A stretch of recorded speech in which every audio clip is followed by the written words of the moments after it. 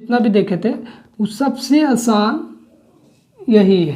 कैसे सो देखे, ये बोलता है अगर दो त्रिभुज समरूप है, अगर दो त्रिभुज समरूप है, मान लेते ए बी सी और समरूप है त्रिभुज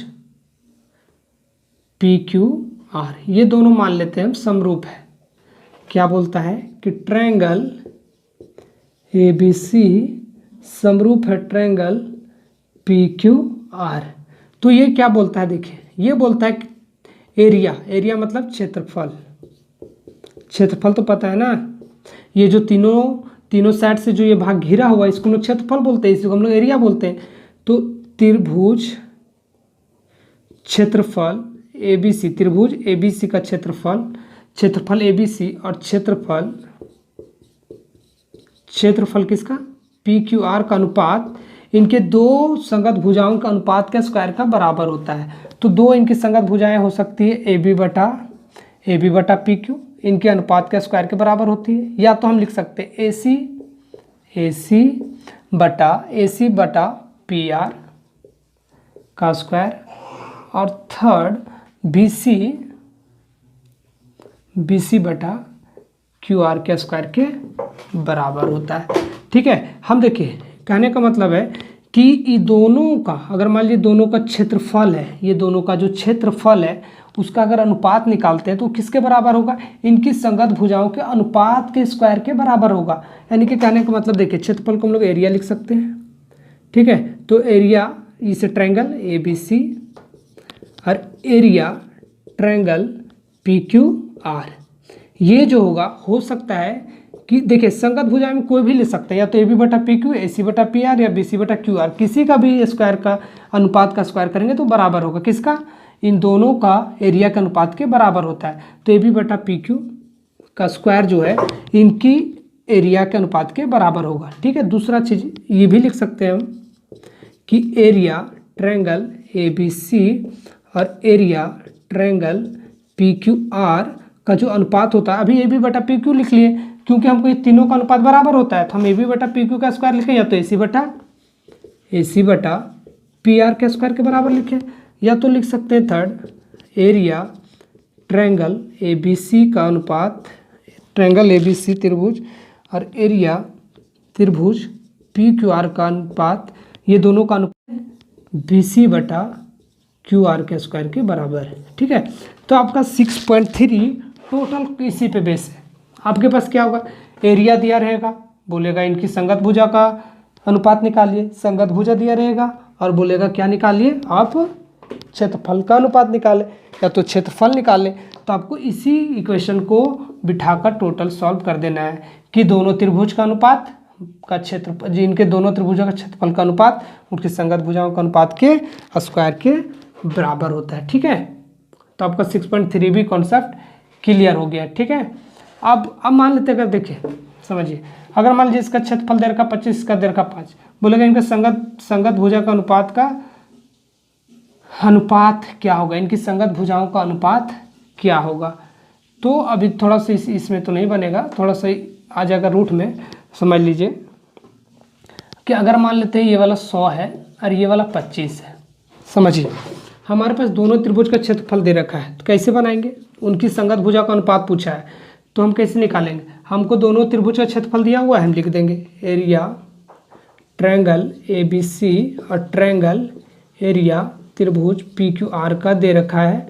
कितना दे रखा है हमको देखिए संगत भुजाओं का अनुपात निकालना, वो छोड़ दीजिए, हमको संगत भुजाओं का अनुपात निकालना है। तो संगत भुजा का अनुपात निकालना है, अनुपात हमको क्या करना है, निकालना है कि संगत भुजाओं का अनुपात क्या है, यानी कि AB बटा PQ का अनुपात क्या होगा। तब समझिए हमारे पास ये दे रखा है, कितना दे रखा है, एरिया दे रखा है त्रिभुज ABC का 100 सेंटीमीटर स्क्वायर मान लेते हैं, इसको मान लेते हैं 25 सेंटीमीटर स्क्वायर, 25 सेंटीमीटर स्क्वायर दे रखा है। संगत भुजा में मान लीजिए तीनों में से कोई भी हो सकता है, तो मान लेते हैं यहाँ पे कि AB बटा PQ मान लेते हैं और इसका स्क्वायर। ठीक है, तो यहाँ पे मान लीजिए कि देखिए इधर स्क्वायर हमको चाहिए AB बटा PQ का अनुपात, तो ये स्क्वायर में इधर आ जाएगा, तो ये क्या आ जाएगा रूट में, तो 100 उधर वाला स्क्वायर हटाने के लिए वाला क्या आ जाता है रूट में। ठीक है, तो ये क्या हो गया AB बटा PQ। ठीक है, तो 100 का रूट निकालेंगे 10 और 25 का 5। ठीक है, सेंटीमीटर सेंटीमीटर आ जाएगा। तो ए बी बटा पी क्यू का अनुपात हमारे पास देखने से आ रहा है, तो हमको देख रहे हैं कि 10/5 है, यानी कि ए बी बटा पी क्यू का अनुपात जो होगा वो 10:5 होगा। ठीक है, यानी कि ए बी बटा पी क्यू का अनुपात 10/5 होगा। इसमें से कोई भी इंफॉर्मेशन दिया रह सकता है आपके पास। ठीक है, तो इस टाइप से आपके पास क्वेश्चन दिया रहेगा और बनाना है। तो हो सकता है कि आपके पास क्वेश्चन में उल्टा दे, संगत भुजाओं का अनुपात दे रखा है और पूछेगा कि एरिया बताइए, तो आपको इसी टाइप से बिठा देना है और आपको सॉल्व करना है। ठीक है, कोई डाउट? देखिए, अगर इनका अनुपात दिया हुआ और इनका पूछेगा तो इसका स्क्वायर कर दीजिएगा। अगर हमको एरिया पूछा है और इसका संगत भुजाओं का अनुपात दे रखा है तो क्या क्या करना है, इसका स्क्वायर ही होता है उसका अनुपात के बराबर। और अगर एरिया पूछा है तो देखिए इसका स्क्वायर हटाने के लिए इधर वाला रूट में चल जाता है, यानी कि जो 100 और 25 है उसका क्या कर दीजिएगा, रूट निकाल दीजिएगा। तो 100 का 10 और 25 का 5। और अगर मान लीजिए कि आपके पास क्या दिया हो, अनुपात ही दे रखा, क्षेत्रफल निकालना, तो क्या होगा 10 का 100 और 5 का 25, यानी कि 100/25 आपका आ जाएगा। ठीक है, तो इस टाइप से आपका टोटल कैलकुलेशन आपका होगा। कहीं भी आपको डाउट नहीं होना चाहिए। 6.3 में आपका टोटल क्वेश्चन आपका क्षेत्रफल से इसी टाइप से बनेगा। ठीक है, चलिए अब आते हैं हम लोग 6.4 का कॉन्सेप्ट पे। 6.4 भी बिल्कुल आसान है, वो तो और बच्चा लोग जानता है 6.4 को, क्योंकि वो पहले से पढ़ा हुआ है। तो 6.4 को आराम से हम लोग बनाते हैं। कॉन्सेप्ट को समझिए, क्वेश्चन बनाइए। कॉन्सेप्ट नहीं समझ में आ रहा है तो क्वेश्चन मत बनाइए, आप ट्राई कीजिए कि कॉन्सेप्ट समझ में आ रहा है कि नहीं आ रहा है। वरना 10th में तो हम भी 100 में 100 लाए थे, उसके बाद पता चलता है क्या कि हम लोग को कुछ तो पता ही नहीं था। ठीक है, तो मार्क्स लाना एक अलग बात है, नॉलेज को लेना एक अलग बात है। तो मार्क्स पे ध्यान नहीं देना है, हमारे पास कितना नॉलेज है ये इंपॉर्टेंट है। ठीक है, तो 100 on 100 लाना कोई भी बड़ी बात नहीं है, लेकिन हमारे पास कॉन्सेप्ट कितना है। वरना आगे क्या होगा, जब 11th में आइएगा तो उसके बाद मैथ का इतना मोटा बुक मिलेगा, उसके बाद कुछ कॉन्सेप्ट ही नहीं पता है। अरे 100 में तो 100 लाएँ, लेकिन कुछ क्वेश्चन ही नहीं बन पा रहा। उसका रीजन होता है क्योंकि बच्चे को कॉन्सेप्ट पता नहीं होता। उनको क्या किया जाता है, रटाया जाता है कि देखो ऐसे बनेगा वैसे बनेगा, क्यों हम ऐसे वैसे बनाएंगे, क्यों बन रहा है वैसा, बच्चों को पता ही नहीं होता है। तो इसलिए क्यों वैसा बन रहा है ये ध्यान में रखना है, उसके बाद क्वेश्चन को सॉल्व करना है। ठीक है, चलिए 6.4 में है, आप पाइथागोरस पर मैं पढ़ चुके होंगे। इसमें हमको बेसिकली पढ़ना समकोण त्रिभुज के बारे में। किसके? समकोण त्रिभुज। तो समकोण त्रिभुज हमको पता है जिसमें एक एंगल 90 डिग्री का होता है, यानी कि ये वाला क्या हमारे पास राइट ट्रायंगल के बारे में पढ़ना है, ABC। ठीक है, तो अब मान लीजिए ABC, मान लीजिए कौन सा त्रिभुज है, इसमें यहाँ 90 डिग्री का एंगल बन रहा है, तो ये हमारा समकोण त्रिभुज है। ये हमारा समकोण त्रिभुज है। ठीक है, समकोण त्रिभुज में हमको पता है इसको बोलते हैं हम लोग आधार, यानी कि जिसको बोलते हैं बेस। इसको हम लोग बोलते हैं इंग्लिश में परपेंडिकुलर, और इसको हम लोग बोलते हैं हाइपोटेनस, जिसको हम लोग बोलते हैं यहाँ पे कर्ण,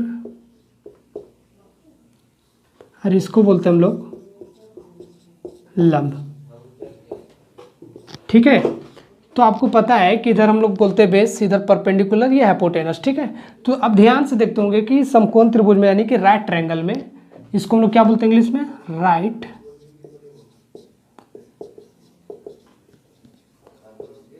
इसको हम लोग क्या बोलते हैं, राइट ट्रायंगल बोलते हैं। राइट ट्रायंगल का क्या होता है, एक जो एंगल होता है वो 90 डिग्री का होता है। तो आप देख पा रहे हैं कि यहाँ पे 90 डिग्री का होता है। ठीक है, तो इसमें जो सबसे बड़ा होता है, जो सबसे बड़ा भुजा होता है, जो सबसे बड़ी साइड होता है, उसको हाइपोटेनस बोलते हैं।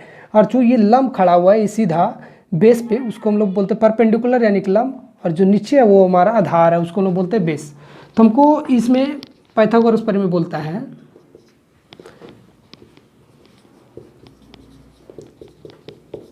पाइथागोरस प्रमेय कि आपका जो हाइपोटेनस है यानी कि कर्ण है, जो आपका कर्ण है, यानी कि कर्ण जो है वो कर्ण, ये जो है कर्ण, ये कर्ण का स्क्वायर का बराबर होता है लंब का स्क्वायर प्लस आधार का स्क्वायर। ये बोलता है कर्ण हमारे पास क्या है, कर्ण यानी कि हाइपोटेनस हमारे पास क्या है, AC है।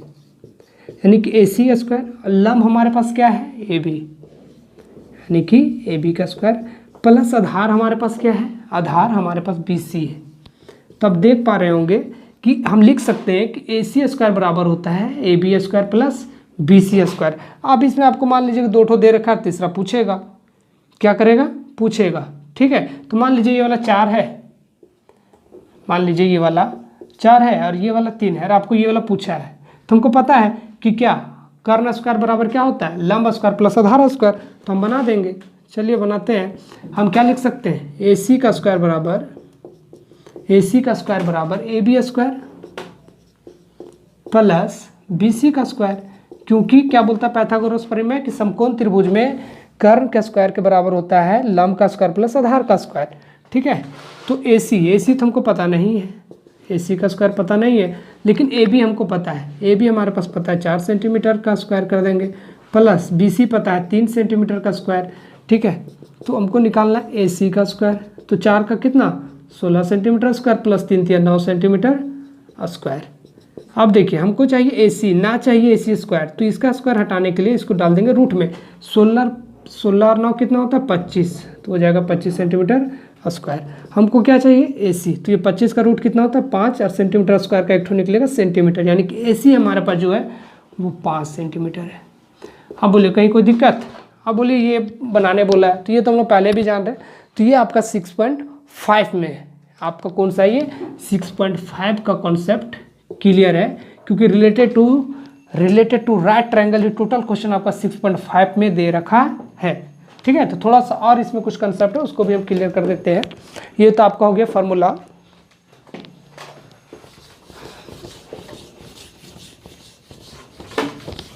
मेरा प्रयास है कि जितना भी आप लोगों को डीपली हो सके बता दें, ताकि आप लोग को ऐसी देखिए कंपटीशन के लेवल से आपको नहीं पढ़ा रहे हैं, आपको क्लास 10th के लेवल से पढ़ा रहे हैं। ठीक है,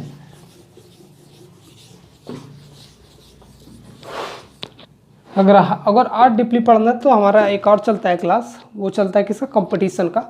आप कंपटीशन में ट्रायंगल का देख सकते हैं। ठीक है, तो चलिए अगर बोलता है ये कि अगर कोई भी समकोण त्रिभुज है, कोई भी अगर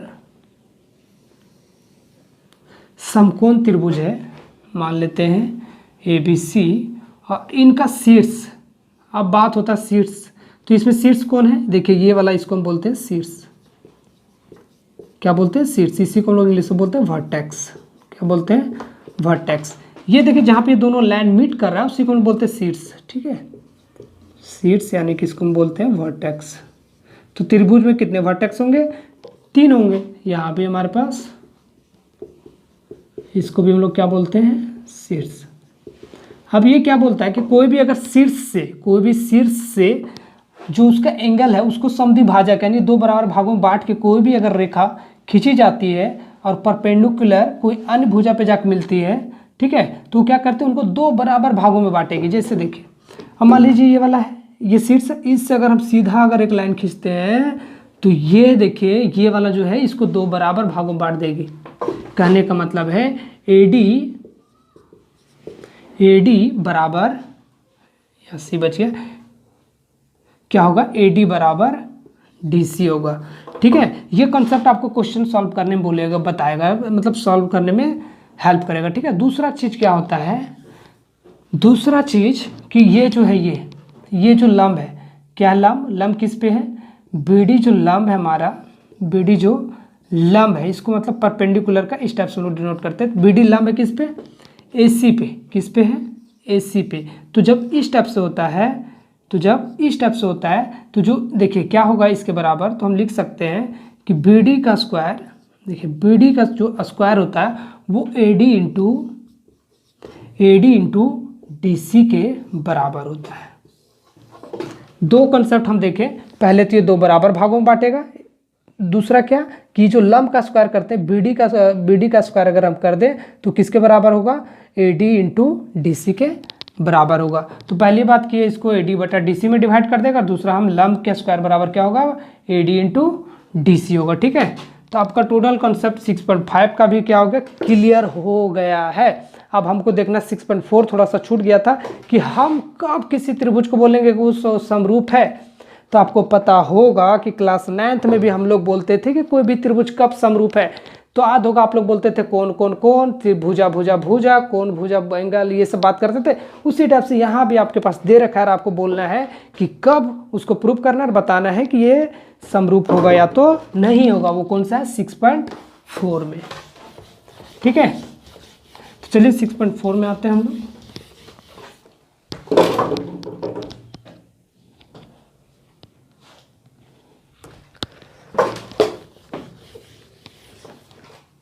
लास्ट टॉपिक है हमारा